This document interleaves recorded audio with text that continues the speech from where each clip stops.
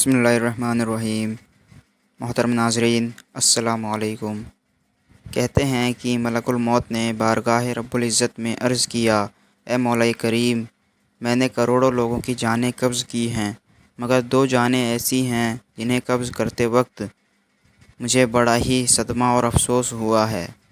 میں نے تیرے حکم کی تکمیل ضرور کی، مگر نہایت ہی دکھ کے ساتھ، اور وہ 2 ایک ماں اور ایک بیٹا تھا۔ واقعہ کچھ اس طرح سے ہے کہ ایک جہاز غرق ہو گیا تھا اور ایک عورت اپنے شیر خوار بچے کے ساتھ ایک تختے کا سہارا لینے میں کامیاب ہو گئی۔ تختہ دریا میں بہہ رہا تھا اور ماں اور بیٹا اس پر سوار تھے۔ اے مولا کریم، اچانک تیرا حکم ہوا اور میں نے ماں کی جان اس تختے پر نکال لی۔ میرے لیے پریشان کن بات یہ تھی کہ ماں مر چکی ہے، اب بچے کا کیا حشر ہوگا۔ بچہ ایک ٹوٹے ہوئے تختے پر سوار ہے اور تختہ ہر آنے والی لہروں سے ٹکرا رہا ہے، جو کسی وقت بھی کسی تیز لہر کی زد میں آ کر الٹ سکتا ہے۔ بچے کے لیے نہ خوراک کا انتظام ہے، نہ کسی نگران کا بندوبست ہے۔ دریا کے کنارے دھوبی کپڑے دھو رہے تھے۔ اچانک کسی کی اس بچے پر نظر پڑی تو تختے کو کھینچ کر لائے۔ وہ سب بڑے حیران ہوئے کہ ماں مر چکی ہے، بچہ بے یار مددگار تختے پر زندہ سلامت موجود ہے۔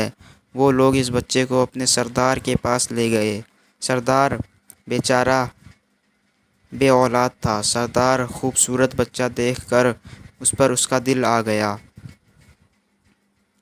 اور سردار نے بچے کو اپنی نگرانی میں لے کر اسے بیٹا بنا لیا۔ یہ بچہ 8-9 سال کی عمر کا تھا کہ اپنے ساتھی بچوں کے ساتھ کھیل رہا تھا۔ اتنے میں بادشاہ وقت کی سواری کی آمد کا شور سن کر سب لوگ ادھر ادھر بھاگنے لگے، مگر یہ بچہ سڑک پر اکیلا کھڑا رہا۔ بادشاہ کی سواری گزر گئی، اس کے پیچھے اس کا عملہ پیدل آ رہا تھا۔ ان میں سے ایک سپاہی کو راستے میں سے سرمے کی ایک پڑیا ملی۔ اتفاق سے اس بچے کی نظر بہت کمزور تھی اور سرمے کی اسے بہت ضرورت تھی، لہٰذا اس نے وہ سرما بحفاظت اپنے پاس رکھ لیا۔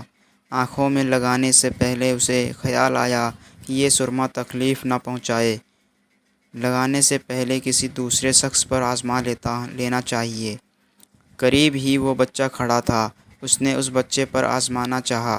بچے نے سرما اپنی آنکھوں میں لگا لیا، مگر جو ہی سرما اس نے لگایا، اسے زمین کی تہہ میں موجود چیزیں بھی نظر آنے لگیں۔ اس نے دیکھا کہ زمین کے اندر بہت سے خزانے پوشیدہ ہیں۔ بچہ ہوشیار تھا، اس نے چیخنا چلانا شروع کر دیا کہ سرما لگانے کی وجہ سے میری آنکھوں میں سخت تکلیف ہو گئی ہے۔ وہ لوگ سرمے کی پڑیا گرا کر چلے گئے۔ بچہ سرمے کی پڑیا اٹھا کر گھر پہنچا اور خوشی خوشی باپ کو سارا واقعہ سنایا۔ سردار بڑا ہی خوش ہوا۔ باپ نے کہا، ہمارے پاس آدمی بھی ہیں اور گدھے بھی ہیں، تم سرما لگاؤ، ہم تمہارے ساتھ چلتے ہیں، جہاں کہیں خزانہ پاؤ ہمیں بتاؤ، ہم نکال لیں گے۔ چنانچہ ایسے ہی ہوا۔ بچے کے بتانے پر وہ لوگ خزانے نکالنے لگے۔ تھوڑے ہی عرصے میں امیر بن گئے۔ بچہ نوجوان ہوا تو اس نے اپنے پر پرزے نکالنے شروع کیے۔ ان کے پاس دولت کی فراوانی ہو گئی۔ زمین کے تمام خزانے اس کی نظروں میں تھے۔ اس نے آہستہ آہستہ بہت سے آدمی اپنے ساتھ ملا لیے۔ اس کے بعد تمام سرداروں کو ادھر ادھر کر دیا اور خود سردار بن گیا۔ آخر نوبت یہاں تک آ پہنچی کہ اس نے بادشاہ کے ساتھ بھی ٹکر لے لی اور اسے مغلوب کر کے خود بادشاہ بن گیا۔ اس بچے کا نام شداد تھا اور یہ وہی بچہ تھا جس کی ماں تختے پر ہی مر گئی تھی اور یہ اکیلا دریا کی لہروں کے ساتھ بہہ رہا تھا۔ کہتے ہیں کہ جب یہ